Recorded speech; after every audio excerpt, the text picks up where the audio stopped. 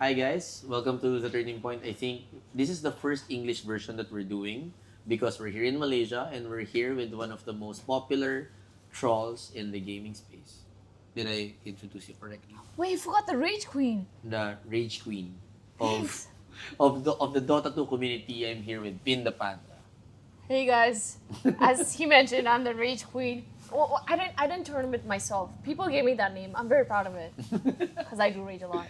So just to give you like a brief background, I've met Pinda multiple times before in a lot of Dota 2 events, but Yeah. most of the time it's like, hey, But Hi.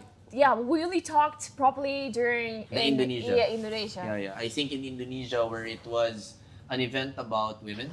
Yeah, it Yeah, was in right. part. Yeah. And actually, I was talking to her about it earlier where the first moment that we saw her potential as a tier 1 talent was when she answered those questions in Indonesia because you did well think in that so? interview. I felt pretty normal. I just trying to be nice No, I'm 'Cause- not trying to be nice. because I'm it's not trying to working. be- I'm not, It's working. I'm not trying to be nice. It's really like because like in the Philippines, just for people to know, like we're really trying to find talents who can become representatives of the brand. And I think what you want to have in tier 1 are the people who can really speak themselves and really are true to themselves. And I feel like during that moment, I felt like you were really coming from a really good point as a gamer, right? And I think we can share that story here. So let's start with that. How did you become a gamer? Or were you a gamer? How, when did this all start? Alright, do we have a couple of hours for this? The story is long. So let's make it a little bit, concise. But Yeah. like, what was the first point? Like, when did you start playing games? It was my grandma, basically. Mm-hmm. She, you have that when I wasn't even born, and she was playing those console games where you put the cassette in. Crap, what do you call it? Do you Family remember? computer? No, it's on a keyboard, but you put a cassette in, Ah. and it's like So super low it's quality. even before the family Exactly, computer. yeah. And she was playing those games, and she was not good at it. She sucked. She sucked big time. But she introduced gaming somehow, right? She was playing with my uncles and my aunts and everything. Then I came into the picture. I was born. I came into the world. And then she started playing with me, but she wouldn't let me play. We Why? played Contra, we played Super Tank, we played all those games. And you know how we can play duel, right? She hated me for that because I Why? sucked. I was only two or 3 years old, and she was playing amazing for me, at least at that point. And then yeah, my grandfather would bring, he saw how entertaining it was, and he would bring cassettes and all that. And I know you guys know what I'm talking about, that game, and it was fantastic. You have that 200 games in it in one cassette. That was how I got started. And then after that it was just like normal PS games, and I finally got into the gaming scene in about 2010, where I was introduced to Dota 2 by my ex-boyfriend. And yeah, and I sucked at it. I sucked at the game so bad. But that's the thing I loved about it, because everybody was trash talking. I'm like, this is totally my game. I finally found a game. So that yeah. was the appeal for Yeah. you, mostly the trash talk. Yeah, so gaming goes way back, but it's like the esports industry. Everything started from Dota. Okay, so from that story, let's just take a step back, right? Like 2 to 3 years old, you were already playing games. Yeah, but So like when you were in school, like did your parents stop you from playing games? Were you able to like balance it out, or oh how no, was that going up? My mom and my parents were separated. My mom was still in university. She was away, so nobody to control me. But yeah, my grandma, like example, we're sitting together right now, right, and she's on controller 1, and if I die, she would come at you like that, and I have a big, like a bulging, like like a swollen head here. So I learned the hard way, but the good way. After all, I think she's the one who introduced me, so she's my everything. So based on your story, what you're saying is that your grandmother was your biggest, in a way, duo, and also your biggest competitor. Yeah, my biggest enemy as well. So can you like expound more about that? Like how can you like what were the other moments with you and your grandmother when it comes to gaming? When she had a ring, it was more painful. She had a huge ring. Wait, is this a real story? It is. Do you have a scar here? Oh, but yeah, when she had a ring, it was more painful. Other times, I would just be like, I would pretend I'm sick because I didn't. You think I'm toxic? Oh, you haven't met her. You haven't seen how she rages. So I think I got it from her. Everything that I have, like all those rage inside of me, it's from her. So that's basically how we did. We used to play, like, I used to skip school for that. It was that intense. It was that crazy. And my grandfather, he was scared of my grandmother, so he would just buy her like games, and it was fantastic, man. I wish I could relive those moments because it's such a long time back, and now she's older. She doesn't game anymore, but she plays a stupid game on her phone. I don't understand, and it's a new game. But I still appreciate all that because everything I am, I think, is because of her. In a way that really gave you the foundation of how to become a gamer Exactly. and the habits and the lifestyle that you have right now. So now entering into high school and college, where did you go to a university? Like, did you go to a university? Yeah, What was I that like? actually, yeah, my parents sent me here to Malaysia, the university called IUKL. It's an infrastructure. I studied construction and engineering and civil engineering because that was the norm. Because my whole family's into construction, and they wanted me to join the family, like the Business. business and all that. And plus, I like construction. So it was a very hard thing to do, but it was at the same time I wanted to do it. But I was playing games at the same time, so it was very difficult. So right after the university here, it was three and a half years, and I got into a construction job. Then after 4 months, I quit that job because I got a job as a TV host, and from that on, Pindapanda was born. Ah, really? Yeah. So basically, from Bhutan, you went here for a university, and this is where you were discovered, basically. Exactly. Ah, so that's the story. I didn't know that. So when you were hired as a TV host, were you known for Dota already or no? No. In fact, it was one of my friends, Brian. He was like, "Hey, there's a audition going on for TV host. It's an esports TV host, gaming TV host." And by then, I was starting to make content, but I had very few followers, so it was not much big of an impact. And I was like, I'll just give it a try. Who knows? You know, you never know what turns out. I'm gonna give it a shot and see what it's like. It's the experience that matters, right? At the end of the day. So I went in there, and there's like 300 plus of them, all experienced hosts, and I'm just like pretending to be like I'm experienced too. I totally belong here. We sat, and I was one of the last to be interviewed. There were 3 of them, and they were like, "Okay, dude, go." They played some tournament in the background, and I'm like, "Welcome to the something tournament." I was stuck. I'm like, "Can I do that again?" Sorry. And then I sucked, basically. The audition was such a failure. But I was going to go out of the door, and I saw I'm like, "Can I just check my YouTube channel or like Facebook channel? I have some content in there. It's very cringe, but it's like, this is my first audition, and I'm not good at it, but I'm telling you, I have what it takes." Wow. And one of the judges was like, "Okay, give me a channel. Let's note it down." And I'm like, "I'm never gonna get the job." And I'm like, "It's okay." But after 4 days, they give a call. It's like, "Shall we discuss your salary?" I'm like, "Yes, please." And right after its salary was so good. It was double what my degree had offered, everything had offered, and I was so happy that night. I wrote my first resignation letter. Damn, and it felt so good handing in that to my boss. And after that, yeah, then I got shows, everything got, I had more time to make content, and then one of the videos blew up. It was Mom versus Dota. It's one of the first videos that I made. It was really stupid, but somehow it blew up. And I got a lot of Philippine fans from there. Yeah, because crazy. it's so, like, it was really an interesting video. I think let's take a step back, right? Like, you became a TV host. Like, in what portion of that did you find Dota 2? It's like I was already into the game, and I was already making content on it. And then as a TV host, it was not just Dota. I had to focus on a lot of other games as well, Mobile Legends also being as one, and CSGO and all that. But we had shows, we did that, but I still kept Dota as the main thing because it was like I wanted to give my 100% focus on it, and I had a lot more time as well. And I could play more than 6 hours finally.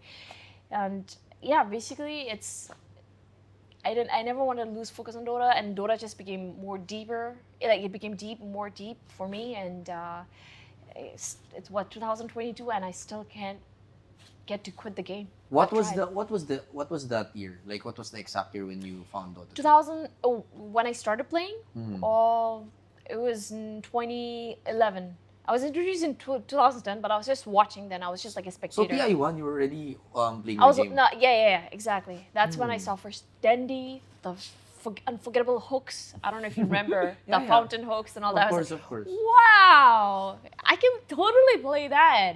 But no, I wasn't able to. I sucked, and everybody reported me. So you're playing the game in TI1. You got into the scene as Yeah. an influencer in what TI? That wasn't the plan though. I never wanted to become an influencer. I just wanted to make funny content that people can. In that period, right, there were very less influencers, that's true. streamers. No, like very few talents in the esports industry, and I was like, and a lot of them were male. It was a male-dominated community, right? Right now, it's so much different. And I was like, what does it need? Like, nobody's making skits, like funny stuffs. It's guys, but they're funny in game. Nobody's making like real, relatable stuffs. It's like, I can do that. I'm so good at acting. I can totally do that, I think. And I did it. And after that, it kept on blowing up. And like, I was like, this is the opportunity. And then somehow then people started calling me influencer. I'm like, what the hell is that? It's like, you influence people. I'm like, I do? Oh. Because that wasn't even a term back then, right? No. Like, yeah, I remember those days. Right? So I think it's such an admirable idea of like just coming out with the concept of you just wanted to make people laugh. Yeah. So That that's was the the whole goal. concept, right? Yeah. Like, so what was the concept behind the skits? Like, did you think about it? What was the process? The process, I'm like, everybody was complaining. Everybody was complaining. Oh my God, my mom, she wouldn't let me play games. And she's like, she cut off my internet. My mom broke my PS. I'm like, that's relatable. People can actually get a laugh out of this. So I just pretend to be my own mom. Obviously, I don't think she would do that. She would probably just break my PC.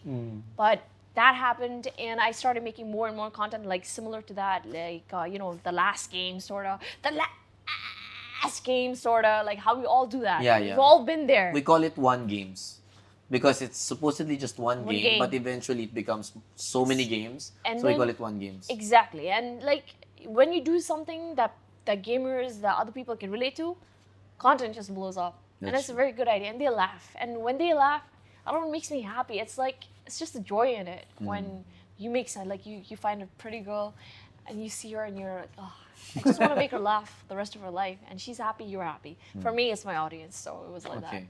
So, I mean, I just want to talk about Dota 2 because for some people who don't know, Oh. I'm also a very, very like hardcore Dota 2 person. Like I started out in Dota 1. It you was started it was around like 2010 because I started out playing competitively in Dota 1. Really? Yeah, way You? back. Yeah. That's where I started. I'd like to know more. What heroes did you play? Yeah, so before, way back in Dota 1, I used to play competitively. I played mid. I used to play like 4 also and 1, depending on the situation. But during that time in the Philippines, it was a different world because the norm back then was, there were multiple computer cafes.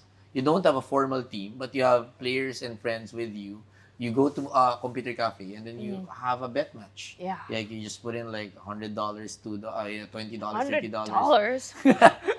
Like, yeah, so that's what we kind of like do. Like we just compete with the different players out there, and just, that was just kind of like the professional space back Yeah. then. And back in 2010, that's when I realized that, hey, like being a professional player only meant joining World Cyber Games once a year, and that was nothing. So Yeah, back then. I needed to go back to school, finish it, and then eventually I found a way to be able to contribute to the esports space because I never wanted anyone to be like me where I wanted to go full on professional, like full time, but there was no opportunity. So Exactly, yeah. I kind of like found a way to be able to contribute, and yeah, that's where we got Dude, here. imagine though, if you had continued on the professional lane, kept on playing that mid laner, you could have been in one of the biggest teams right now. Probably. And I we don't wouldn't be know. doing I don't this. know. I don't know. We'd be watching Tryke on an international stage at TI. Wow. That's the dream though. So just to share with you my story, right? So from there, how I started is basically like all Dota 1 stuff. And then from there, I organized events. Eventually became a shoutcaster, the Philippine shoutcaster for the Dota 1 space. And then I organized other events. So the Manila Major was one of the events that I organized in 2016. What? Yeah. That was the best major. Well, that's the story. It was mostly PGL, but I was there with them, Yeah. working with them. Basically, because the Philippine Esports Organization was the partner for PGL for the Manila Major. That was kind of the thing.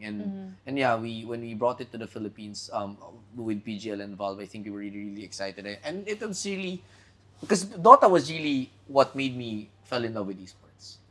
You know? Tryke, when is the next major, man? I don't know because I haven't been in the Dota space for a while now because I've been running the company. But well, anyway, just to give you a full summary, so I was a frustrated Dota 1 player. Professional player. Yeah, and then became an organizer, shoutcaster, and then from there, from 2012 to 2016, I organized multiple Dota events. And then when 2016 happened, and then after the Manila Major, that's when I realized that what's next. And there wasn't really next for that because it was already one of the biggest 4 events in the world. And that's when Tier 1 happened. Wow. Masterpiece. Yeah, so that was kind of like my story. So I really, get you when it comes to your love for Dota 2 because every year from TI1 up until, the latest TI, I've always been watching and following, but I don't play the game the same way. A lot of people are like that now. Yeah, that's true because it's just so time consuming and I think to be honest, one of the biggest change that made it hard for people like us to follow the game was when they changed the way they changed patches. Yes. Because before it was like one big patch. Yes. That's it. Now they do like multiple small patches and then once you play a game like 2-3 weeks after, you don't even know what's going on anymore. Exactly. That's me every 2 to 3 weeks. New patches. I don't even read them now. I'm like, just go with the flow. And then, But my question to you is, because I know why I fell in love with Dota 2. For you, what made you fall in love with Dota 2? Like, what was with Dota 2? I have so many memories with this game. But it's great because I made a lot of friends from Dota 2. I think that's one of the best parts. Everybody can relate in Dota 2 for sure. It's like without a party game, it's not fun. I met a lot of new friends. I learned a lot of new trash talk. I learned a lot of new words, and those words are in my favorite dictionary. And it's just like you're competing. It's like there's no prize. It's just like your pride in the game to showcase how good you are. You have this one tornado and a chaos meter, and you kill somebody. You're like, yeah, that's how I do it. It's just it's so satisfying. It doesn't happen in my case. That happens in my enemy's team case, not me. For me, it's just feed, but it's amazing. It's TI. The first TI started with $1 million, right? And last year it was 40 million plus. Yes. This game has grown so much over the years. I know people say Dota is dying, but I feel like it only gets deeper every single time. And I've tried to quit, but it doesn't work. And it's just like I don't even have the words because the game is that great for me personally. It changed my life. It changed my life. I'm here talking to you right now because of that game. I have a job right now because of that game. So it's not just the game. It's like what it entitles for me. It's like basically it is a part of which defines me as a person right now. I totally get you and I totally empathize with you on that because I feel like I can say the same thing for me. Like if I didn't find Dota in the early days of my life, I would have probably been in Japan working on some Japanese company and doing something else. Yeah, you wouldn't be here. We wouldn't exactly. It's like every small turning point in life, and it matters a lot. And for us, it's like Dota is huge. That's true, and I think you're totally correct on the part where we've met so many people. I feel like Dota is one of those games where it doesn't matter if you're a girl or a guy, you're rich or poor, like whatever age you are, like as long as we're inside this game, we're all equals. I can trash talk you even if you're like the richest man in the room or whoever else you are, right? And I think it's the fun part. Dude, in the beginning of the days, girls did have a advantage over it because there were very few girls in Dota, very few, and I wasn't good. And then I'd have to use my head like, hi guys, I'm very new to the game, and they were like, first they would be trash talking you like, you suck. What even do you play this game too late? And I'm like, hi, and they're like, oh my god, you want a ward? Do you want a tango? Anything? No, just say. And I'm a support, and everybody knows that story. But now, you use your best voice. They don't give it's true. It's like men and women are equal now in Dota, and it's really nice to finally have that. Before it was all. Now I'm a trash talker myself. I don't give a hell if you're a girl or guy. Just play your goddamn game. Let me feed in peace. Play your goddamn game. But yeah. So this is a question I'm really curious myself. Okay. What's your MMR? Wow, it's like asking for my age. This Like, is, is this public? Is this data public? I think so. I mean, is MMR even relevant now? Who does that? Who asks for MMR? Yeah, I mean, I'm just curious. What's your MMR? What's your rank? I was 5.1. Wow. Yeah. That's pretty impressive. Oh, really? That's pretty I thought that was impressive. super low now. Yeah, that's probably, Oh, thank but you. that's still pretty impressive. Oh yeah, then it's 5.1. I was 5.1 and I lost about 18 games in the last few days. So now I'm 4.8. 4.8. But what was your highest rank that you got to? I think 5.1. No, the rank. The Immortal, rank. Oh, Immortal. Divine. Immortal 2. Wow. Oh no, wait, hold it. I take that back. Crap, I meant Divine 2. The Immortal 2? I thought you were Immortal 2 at I'm one point. I'm like, oh, what am I saying? My mind wants to say Immortal 2, but in reality, it's Divine 2. Divine 2. Yeah, actually, my highest rank was also like around Divine only. Like, it's really hard to get up there, Up right? there, yeah, especially now. Really? It's super duper hard. Everybody's so good. That's true. I can't understand if they're getting good or I'm just getting bad. Like it's a good MMR, no? I think I started with 2.4. I think it's fair. I think it's fair, especially now. I mean, in this day and age where a lot of people are really getting better at the game. Yeah. For some reason, it's happening. I mean, that's something I've always been fascinated about Dota 2, where the learning curve is so high. But for some reason, new people are coming in and they're getting so much better. I don't like it. Like, sometimes I meet these people in game and they're in a team. I'm like, if I see you in real life, oh my God, I'm gonna break a keyboard on your head so that some of your brain cells die. It's just not fair, man. How do the new generations catch up way faster than we do? It's crazy. Yeah, I think the way they really adapt into the playstyle and everything is just different. It's different. So this is let's just go into some Dota 2 questions because I'm just super curious. What was your favorite TI? Favorite TI? Wow. No, it has to be TI1. Like, all the TIs have been great so far. Even the underdogs won last year. The Team Spirit, they were great. That's like number 2 for me, because they don't have a lot of experience. They were a very underdog team, 4 of them at least in the team, and then they won just like that. And nobody, it's betting is huge in Dota. Nobody bet on them. Like, there was a couple people, but that's it. And nobody expected them to win at all. But somehow they did. One of them even shaved their heads for luck. I don't know what that was. But it was amazing, because usually in TIs, it's always the veterans who win, right? That's true. And then that was a fresh look. That's my second, but TI1 has got to be my best. Like, the best one so far, because of the Pachuks, because that's what got me into the game. That's what inspired me to just play for hours and hours and hours and nonstop. So, and that was the turning point for Dota, I gotta say though. That after that, A1. Yeah, everything just came in. That Pak Oil in the Russian Exactly. That's the most You remember that? memorable. Oh, so Dota was much simpler map. Everything was simple, but it had the best games ever. For me, it was TI3. 3? Why? 3. For me, it's like that Navi and Alliance game. Oh my God. I think that's still one of the best games I've seen in my Dota life. Like, I feel like that's one of the best games I've watched. I mean, the way Admiral Bulldog just kind of ratted them out in terms of that, and the fact that he won with just a few heroes. It's I think people underestimated him then, because they were like, Bulldog, his hero pool is slow, but no. Like, he actually, I believe even now, that was his peakest. That was his peak to perform in Dota. And now he's a streamer. Now he's a great streamer, but I wish he would get back into Dota, because I think. I think the scene needs him, right? Yeah, exactly. He's such a troll. Like, the way he plays the game is just so much different. He plays his own game. But I think if he's really inspired a generation of players who have chosen to just play a few heroes and really become good at it. Yeah, because when you join a team, the first thing they look at is how many heroes he has. Is he versatile? Can he do that?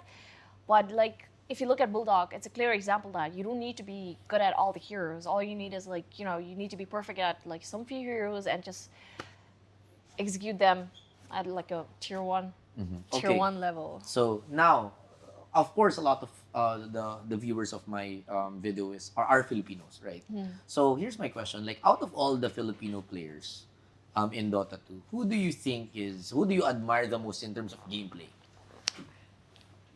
gameplay. Oh, you meant gameplay. Okay, gameplay. I don't want to talk about, like, I was the like, personal 'cause- stuff. Yeah. A lot of people ask about gameplay. physical appearance. I'm like, no comments. But yeah, gameplay wise, I like FBZ a lot. He has a he's in Boom Esports, the team I've been rooting for. I like him. Akuku is definitely in my top 5 list. Miracle definitely has to be there somewhere. Miracle's not Filipino. Oh, from Philippines? Yeah. Oh, from Philippines. Okay, my bad. Okay. Kuku, because I love his trolls and I love how he plays in game. Tims, definitely Tims. Tims and Kuku and for now it's these two. The rest are really great. I love them how they play. I'm gonna add in Abed there somewhere.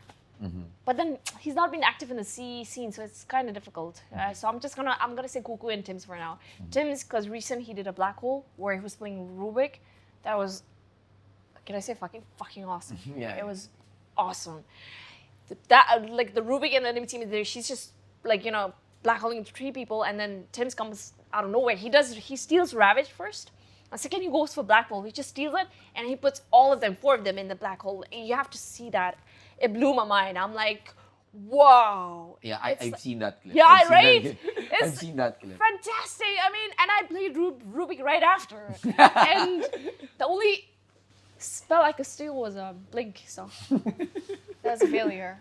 Okay, at least those are for our Filipino community basically. So like in terms of let's move outside of Dota. I mean, obviously there are a lot of things that we can talk about in Dota, but let's go back to your career. So now you're in Malaysia. You signed with us as a Tier 1 talent. What's the reason why? I mean, I haven't really asked you this. Why did you trust Tier 1? First, I think You can say the honest answer. It's fine. I never bluff because I want to be as honest as possible. Like when you started with the Lodi as well, like because I'm good friends with Ashley, right? And she posted about pictures of guys starting a new agency. I'm like, wow, it's really coming up now because I was with a different agency then, and then I think it was Java from Tier 1 who reached out initially, and I couldn't join you guys in the first place because I was with another agency. But the second time, that was after I met you guys in Indonesia. And then you remember we talked, and then I was like, wow, okay, Tier 1's really going, like, this could, like, and you guys from Philippines as well. So I feel like, I don't know, I may not have Filipino blood, but it's like, I can relate. Like, you guys understand what kind of vibe I have. And when Java reached out the second time, I'm like, I was agent free. I was like, okay, I'm down. Let's do it. Like, I want to give it a shot. Like, if you don't try, if you don't see how it works out, then you never know. And it was one of the best decisions I made. I know, I swear. I'm not just being nice, but it's like everybody I've worked with. I had this photo shoot yesterday. It's so different. The energy itself is so different to compare to like the other people I've worked in the last 7 years of my esports life. And I'm like, this is my family. This is what I need. This is how I can relate to. So I'm comfortable here. And yeah, the journey it's only started. Yeah, and it's actually, it's only started. Exactly, and it's great so far. It's really cool to hear that because, when we saw you in that Indonesian event, like I told you, I feel like you're a perfect fit for us. And I think the timing was just right when we were able to sign you 2021 or 2021, right? But of course, it was still in the middle of the pandemic, so there are still a lot of challenges logistically, even for us, like structurally, we're doing a lot of things. And this is the first time that you've met now that you're a Tier 1 talent. And I feel like just talking earlier about the plans and what we can do together, I think it's really, really exciting. It is. So for me, like one of the things that we talked about is like the scene here in Malaysia in terms of like the talents and the personalities and all that. And you mentioned that this is a different world compared to what the Philippines is. Can you talk about why is it a bit different without saying too negative? No, it's not a it negative. doesn't become too negative. No, it's nothing negative about it. It's just like it's two different rich cultures. In Philippines, it's like I'm gonna describe. It's like noise. It's like loud there. People go crazy. Even like one viral content, people go crazy, and the love is immense. Whereas Malaysia is more like a stable. It has a very rich culture, but like it's a very like if you want to do something here, and if you want to make content here, it's like it doesn't blow up. It doesn't go that far. It does well, but it's like it's okay-ish because the market is saturated here, and everybody's more into lifestyle gaming. And gaming compared to Malaysia, Philippines is huge, and Malaysia is like more calmer nature. Like when it comes to the esports world, right? It's stable. Like the Philippines, it can go up and down. You never know. But Malaysia, you can predict it. It's like stable, and it's like. But in the last 4 years, there's been more gamers coming up, especially female gamers, which is so nice to see. There are streamers everywhere, and people are actually warming up to the. I feel like Malaysia is only getting started, hasn't reached that peak yet, and it's like because I've been here, right, and I've been in Philippines, and I can see it's such a drastic like difference between the two countries. It's the audience because of the audience. The audience is super great. Like, I'm in Malaysia, but I have a lot more followers from like even before I joined Tier 1 thing. I have a lot more followers from. Probably because of Dota 2. No, but like Dota 2 was also huge in Malaysia, but my content did way better in Philippines because they're crazy. Everybody there is crazy. They can relate to me. It's like they can see through me. In Malaysia, it's just like, I know what she's talking about. It's relatable. That's good. But in Philippines, oh my God, yes, share. See, I can't put any better than that. So that feels like the difference. But I feel like Malaysia has a lot of potential for sure. Yeah, I think it's going to be a really exciting journey because as we enter into the market, I mean, when we came into the scene in 2017 for the Philippines, like it wasn't the same as it is today. I feel like bringing in the infrastructure and just sharing what we know and everything that we went through and really guiding the next generation of talents here is really going to be interesting to see. Yeah. And it's just really nice that we have you. We have, people like Nigel, people who are locals here who will really also help guide us, bring the brand into the space. But at the end of the day, what we really want to be able to do, hopefully together with you, is, to open up new opportunities for gamers like us. Yes. Because, we've had a harder time than the younger generation. And I think it's not gonna change with the next years, meaning the younger generations of the future will have a better time than the ones that are here today, right? Exactly. It's everybody think it was a easy journey for us, but it's not that way. It was definitely difficult. Like there was no market for esports back then, but now it's huge. It's huge. There's so many opportunities, and it lays down the foundation for the future influencers, future gamers, content creators. It's a lot more potential now compared to back then. And I think it's just important to really have a certain guidance to some people because at times you get lost and you don't know where to go. And just being able to have people around you who have been through like different things, it's just helpful that way. So I think into my final questions, do you think with everything that you've went through, do you consider yourself successful already? No, definitely not. Why? Because I have this huge goal that because it's a little like personal, emotional kind of thing, but then it's like I've always wanted to because my family, they don't, we still live in a rented place, and even before gaming, everything else, it was like when I started off my university, I was like, I'm gonna build them a house one day so that they don't have to worry about it. Here No, back home. Yeah, and it's super expensive there to get houses. And it's still I've been saving up. It's been 6 years into the esports industry, and it's way better than my normal job, obviously. But now I think it might be doable. It's like a kind of thing, and once that, it has to happen. For me, success does, for me, it defines in terms of goals. If I achieve my goals, then I feel more successful. But I wouldn't say I am successful because I'm learning every day. I make mistakes. I make a lot of mistakes every day. But in return, I get to learn from them, from my experience, like all that. And to be successful, I don't know how people define success as, but for me, I think I could never achieve that peak of success until I'm happy with what I've achieved, with who I am, and I'm not there yet. I feel like I still have a lot more to learn. I feel like I haven't used up my potential. And if I get my family that house, because this is a super duper emotional, it's a very depressing story, but then I'm looking at the positive side. I just want to get them home for my grandma and then let her be comfortable. And if I get that, it's like I can maybe feel a little successful. I don't know what to say, but yeah. But other than that, I don't think I would ever define success as a achievement. It has to be based on it's the journey, right? It's never in until you die. So I don't know. It's I'm like confused, but yeah, I wouldn't call myself successful. So after everything that you've went through, given that you don't consider yourself successful, what's the proudest moment of your whole career in terms of gaming for you? Like it can be anything. My proudest moment in the gaming career, man, it has been my family. I swear. Like I'm trying to think of other stuff. So I'm proud of the game.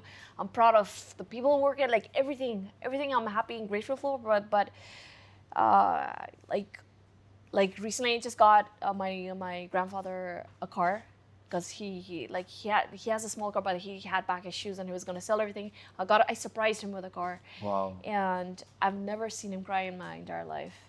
And that was the first, like, we surprised him, had this thing. Actually, I'm going to put that on my blog, but I don't know. Like, yeah, but he's, and then that look on his face, it was, because, like, who could imagine that you could do this through gaming? Everybody looked down on gaming, especially back in the days. It was just a hobby. But now I could afford that for him because I earned through gaming itself. And it was, I don't know, it was, and it was I was sad, I was happy, I was like super proud that I was able to do this. I know it's just a physical thing, right? But he was complaining about his back and I just wanted to do this one good thing. I've never given him anything good in my life. He's done so much for me. He bought those games for me as a kid. And I just, like, it was the least I could do. And when I saw his face, it was fucking amazing. Fucking amazing that I was able to do this for them, like for him, especially through gaming. So it's like when they say anything is possible, this is my anything is possible. It seems really like surprising for me that whenever we see you online, you're always a troll, you're out loud. Yeah. You're loud, you're all that, but it seems like you're a very, very soft person when it comes to your family. I'm not soft. Who says I'm going? Only to my family. Yeah. Otherwise, outside of that, I can still be harsh. Yeah, I know. I mean, but I just see the genuine, care for the people who really took care of you growing up. Yeah, because, gotta be honest, it's because all my education, everything, they put me first before their needs. And I'm here because of them. Like, I couldn't have done it. Like, even when I wanted to quit my job, you know how hard it is when you tell somebody, your parents or your grandparents especially, oh, I want to quit a job and I want to focus on gaming? That sounds absurd. It's like, what are you going to do in gaming? Everybody says you have to have a real job. And back then, it was even harder. It was harder to convince. But they were so supportive. My mom was like, whatever makes you happy. My grandfather was like, if you believe in it, then go for it. Who says that? Everybody complains of how your family's not being supported. That's true. But I made it because, thanks to them, because of their support. And it actually has a huge impact on you, how much your family supports you. Because for me, they are the most important people of my day. And if they hadn't, like, if they had said no, then I would have stuck to my construction job. And it would have been a normal life for me. Yeah, for sure. Like, imagine you went here to pursue a college degree in a university, and yet you turned and pivoted into something else. And for them to be able to hear that and still say yes. Because exactly. Because they pay thousands of dollars for your education. They sent you to university, and that's another huge amount of money. And when they ignore that and tells you to be just happy, it's a feeling I can't describe. It's so important, and that just inspires you to do better, to do that for your family at least. So yeah, I'm grateful for that. Okay, so I guess let me ask you the final question, which is always the question here in this series. So do you think with everything that you've went through, what's your turning point? Oh, what's the turning point of your what was the turning point of your life, at least from here till the whole past? The whole past. Okay. My turning When did point. everything change for you in a way? What was that decision? What was that moment? It has to be that video, Dota versus Mom. Okay. I swear. It took me 30 minutes to make it. I wasn't even gonna upload. I just wanted to. It was like something I was gonna do once a month because I was working. But that video, the next day I got up on my Facebook, it had 999 notifications back then, and I'm like, must be a glitch. And the video was blowing up, and it was insane. I felt my head was rushing because I had like 10 followers in on my Facebook page, and they were my family members, my mom, my dad, everything. I was like, where did this come from? Like, and that actually shaped me into doing more content, because I despise it, right? When you do something good, like when something blows up, and that because of that one video, I swear Pindapanda was born, and that like just shaped everything else. So That was my turning point. one last, what's your advice to anyone that's out there who wants to be like you? Like me? No, I'd say just be yourself. Like don't be like, don't be That's me. Be you. I wanted to be myself, and that's how I became who I am today. It's like, you know, and then it happened back in the past when I started. It still happens now. People will look down. Doesn't matter. Like it's a human nature, right? It's good. If they're jealous of you, it means you're doing something good. You're doing better. Because everyone, when I started off in this journey, even some of my friends, they were like, "Are you gonna get a real job? Like, what are your future plans? Can you like, you have to stop playing." I know they mean well. Like, obviously they want you to do better, but everybody like, you know, they didn't appreciate that I was into gaming, and then they thought I was wasting my time. And yeah, now it's the reverse. It's like so different. And so I just want, you know, if somebody tells you anything else, just tell them, fuck you. It's my life. I'll live it. You're not living it for me. I'll live it as I see fit. It's your happiness that matters at the end of the day. And if you want to do something, then, and if it fails, if it doesn't work out, it's okay. You have to tell yourself, it's people forget that, you know, failing at something doesn't mean it's the end of the world. You learn from it. That's what I did. Every failure I'm thankful for all my failures, because that shaped me into a better person, you know. And then make sure you learn from those failures. You just step back up and then just do you and become your own personality. Don't like look up. It's good looking up at people. Like I look up to you as well because you've built an empire here.